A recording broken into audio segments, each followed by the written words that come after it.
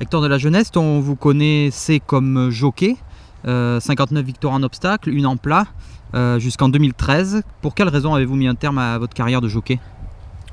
Parce que tout d'abord, c'était pas une finalité dans ma carrière de finir jockey. Voilà, je l'ai fait parce que j'aimais ça, j'aimais gagner. Et j'étais arrivé à un stade où c'était un peu dur de passer le cap, j'avais pas les capacités de faire partie du top. Donc voilà, il était temps de passer à autre chose. Et comme j'ai toujours voulu m'installer, je me suis mis un peu plus là-dedans. Et grâce à Guillaume Macaire et son aide, on a pu travailler un petit peu ensemble. D'accord, donc votre objectif ça a toujours été d'être entraîneur. Vous avez réussi à franchir le pas. Quand avez-vous obtenu votre licence?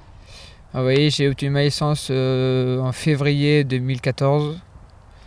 Donc voilà, j'ai pris le temps qu'il fallait pour prendre les bonnes décisions, pour m'installer à l'endroit où je voulais.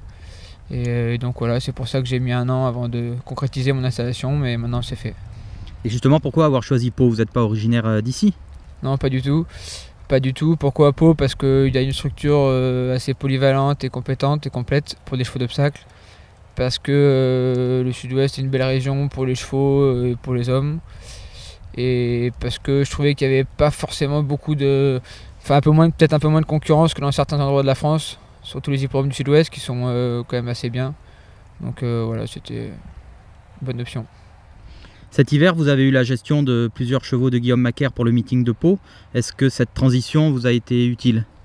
Ah oui, énormément. Ça m'a filé un vrai coup de pouce. Parce que voilà, c'est des chevaux que je connaissais bien, que j'avais l'habitude de voir travailler, de voir progresser dans leur environnement royan.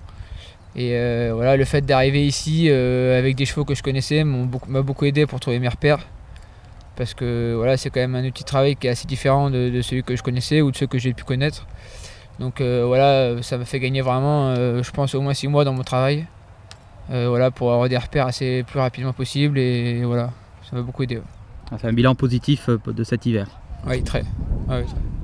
Vous avez travaillé par le passé pour Guy Chérel, Emmanuel Clayeux, Guillaume Macaire évidemment. Qu'est-ce qu'ils vous ont appris chacun à leur manière? J'ai beaucoup appris chez ces 3 grands professionnels. Voilà, chacun m'a appris à leur stade ce qu'ils pouvaient m'apprendre et surtout j'ai essayé de prendre le plus possible de tout le monde. Voilà, d'ouvrir grand mes yeux et de prendre tout ce que j'avais à prendre.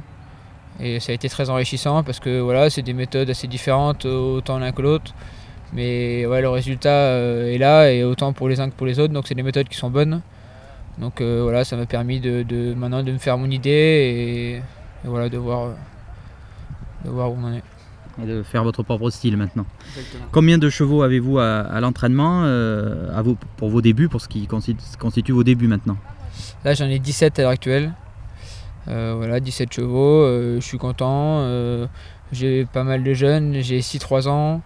5-4 ans, quelques vieux, donc ça me permet d'avoir des chevaux prêts à courir en plus parce que c'est des chevaux qui sont assez avancés, des chevaux qui ont déjà couru, donc voilà, c'est top.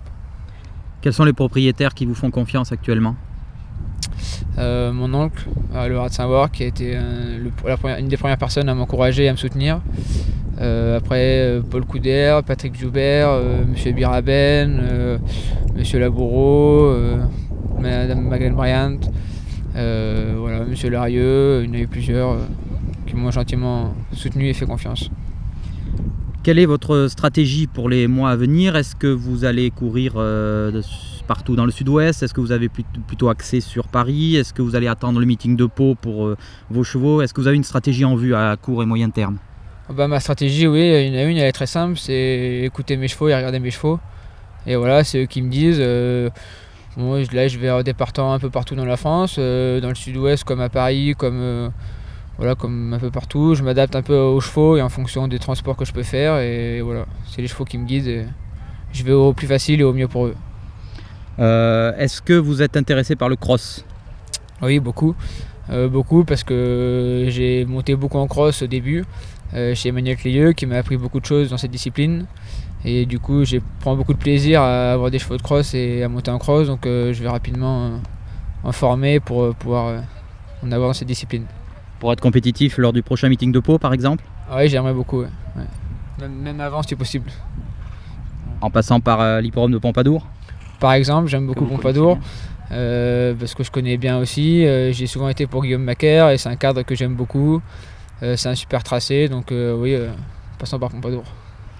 Quels sont les jockeys à qui vous allez faire confiance? En fonction un peu de leur disponibilité, mais David Cotin vient travailler un petit peu les chevaux, Bertrand Lestrade, Nathalie de Souter, Steven Levotte, voilà, Jacques Ricou.